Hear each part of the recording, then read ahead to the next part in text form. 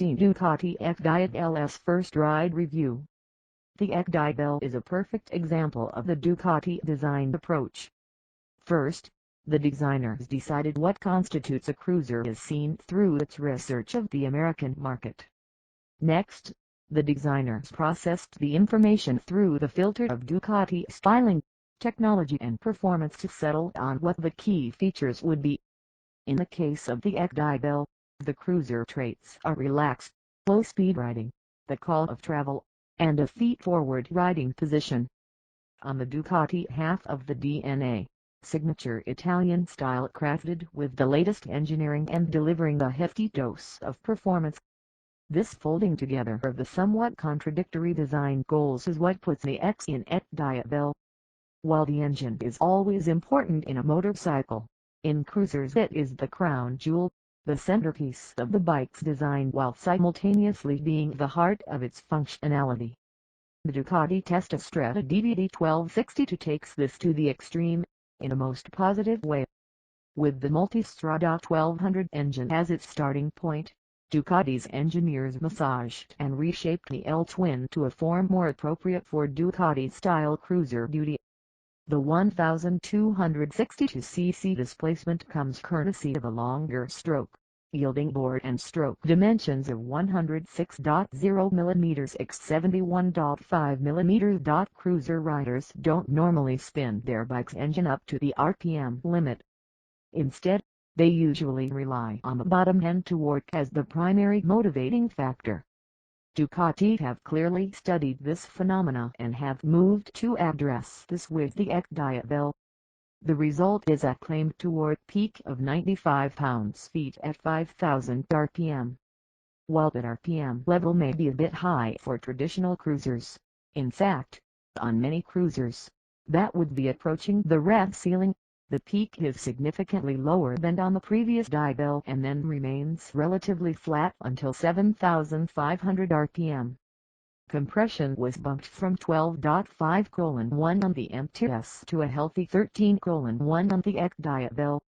While the Bosch electronic injection system utilizes the same 56mm elliptical throttle bodies, the ride-by-wire RBW has, not surprisingly, been completely reworked. Ducati being Ducati, the engine also has a host of electronic goodies to provide the rider with a variety of power delivery options. The three riding modes are Sport, Touring, and Urban, each of which also features distinct Ducati traction control DDC and ABS settings. From a power delivery perspective, the Sport mode naturally brings all 156 horses into play with the relationship between the right grip and the throttle's butterfly's 1:1 ratio, giving the most direct relationship with the rider. The DDC is also set to its least intrusive preset level. In Touring mode, the whole stable is still available, but at lower RPM the throttle response is softened by lessening the ratio of wrist input to throttle opening. However, as the rider opens the throttle further, the ratio changes to the point that, in the widest portions of throttle opening, it ultimately returns to the 1:1 ratio of Sport mode. Urban mode drops power output to 100 HP and further softens the throttle inputs to civilize the savage in the confines of the city, and presumably slippery conditions. DTC gets progressively more assertive with Touring and Urban modes. While we're on the topic of power, let's take a moment to consider the XDiavel's output. While Ducati's reps made much of the increase in torque in the bottom end of the RPM range when compared to the old Diavel, and it was there, the XD still doesn't clear its throat until the touch clears 3,500 RPM. Below that, the engine will accelerate, but it also shudders as the cylinders try to deliver thrust from each power stroke. Above 4,000 RPM, it's ready to rock. The Strada's superb bike power plant gives riders the luxury of choosing two riding techniques. One can loaf along in a single gear rolling between 4,000 and 6,500 RPM content to use the engine as a giant rheostat, or if you're in the mood for some shenanigans, drop down a gear or two and let the L-twin pleasure you orally. However, the real joy of the XD comes from turning the loud tap to 11 and holding on for dear life. The forward thrust provided by the linear power band up to those 156 horses is exciting. Add in the clamshell riding position in which your grip and upper body strength plus an appreciated assist from the seat's bolster are the only things holding you on the bike, and you're in for the ride of a lifetime. I've ridden a ton of hot-up cruisers, including a dual supercharged Valkyrie, and no factory cruiser has ever widened my eyes to such an extreme. One of my compatriots topped the ton in third gear. The new electronic feature that has been the topic of much discussion amongst the MO staff is the Ducati Power Launch DPL. This special launch mode is so cool that it gets its own button safely tucked away behind the front brake reservoir. Pressing the DPL button directs the rider to a screen with three choices. The first gives the least intervention in the form of DTC and wheelie control, while the third gives the most. Once the level of protection is selected, the screen tells the rider to place the transmission in first and crank the throttle WFO. Once you're underway, the electronics take over to save your butt until you either reach 74.6 miles per hour or 120 km/h or you shift to third gear. Also, it disengages if your speed drops to 3.1 miles per hour or 5 km/h. Other than stating that the DPL would only allow 3 launches before a prescribed cool-down period was enforced, the press briefing covered nothing else about this mode. If you've spent any time at drag races, you've seen racers crank the throttle to the stop, and, when the starting tree shows amber, dump the clutch. As my buddy, former co-worker, and erstwhile editor for a drag-racking magazine, Peter Jones puts it, in the classes that let you run multi-stage lock-up clutches or launch control, if you're modulating your clutch at all, you've already lost. The parameters for the launch are programmed into the system in the puts.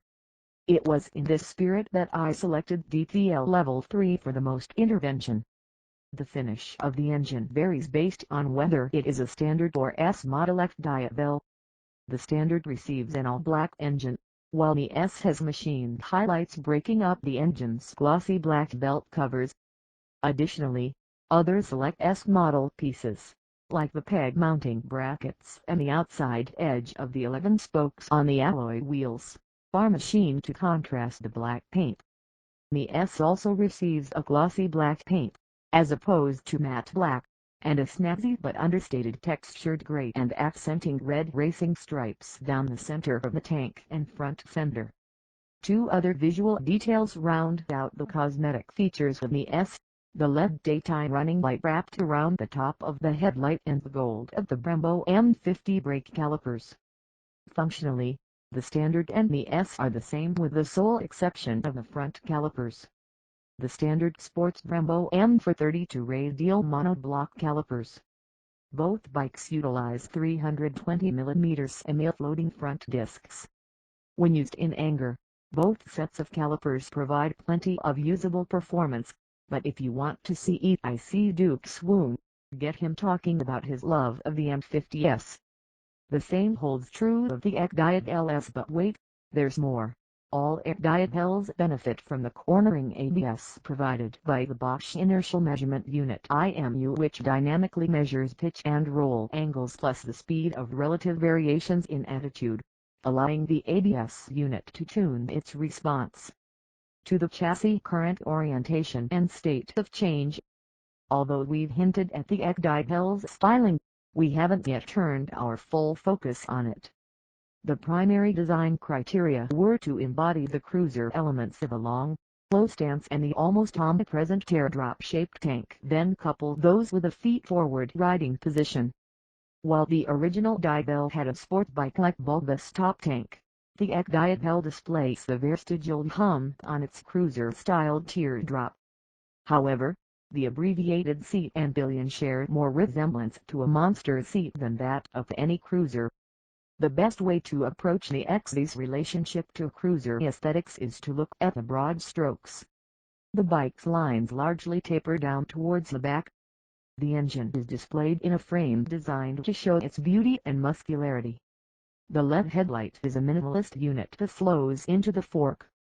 Ducati's claim of a 40 degrees lean angle and a relatively low 29.7 in seat height with forward controls raised some eyebrows, but Ducati seems to have pulled it off. Additionally, the pegs can be moved approximately 1 inch forward and aft of the standard position to accommodate different leg lengths. Also, the extenders required to lengthen the shifter linkage to suit the varying peg positions are included with the bike. Accessory mid-mount pegs are available for those who want the XD to have the same foot placement as the diavel. In true cruiser fashion, upper body strength is required for the rider to lift the gloves skyward when large bumps are encountered. Cross-breeding Ducati's vision of the American cruiser with the essential elements of Ducati has produced a bike that, in many ways, thwarts description. The XDiavel has a stunningly beautiful engine that looks much cleaner with the cooling plumbing tucked away from sight. Any other manufacturer would most likely have study grouped the personality out of the XD. However, Ducati, by pursuing the company goal of building the kind of bikes that it as an entity wants to create, has produced an exciting bike that is 1 part cruiser to 2 parts performance machine. Will the cruiser market accept the XDiavel? Only time will tell. The XDiavel and the XDiavel S will be available early March 2016 for a MSRP of $19,995 and $22,995, respectively. Thank you for watching. See you next time. Bye bye.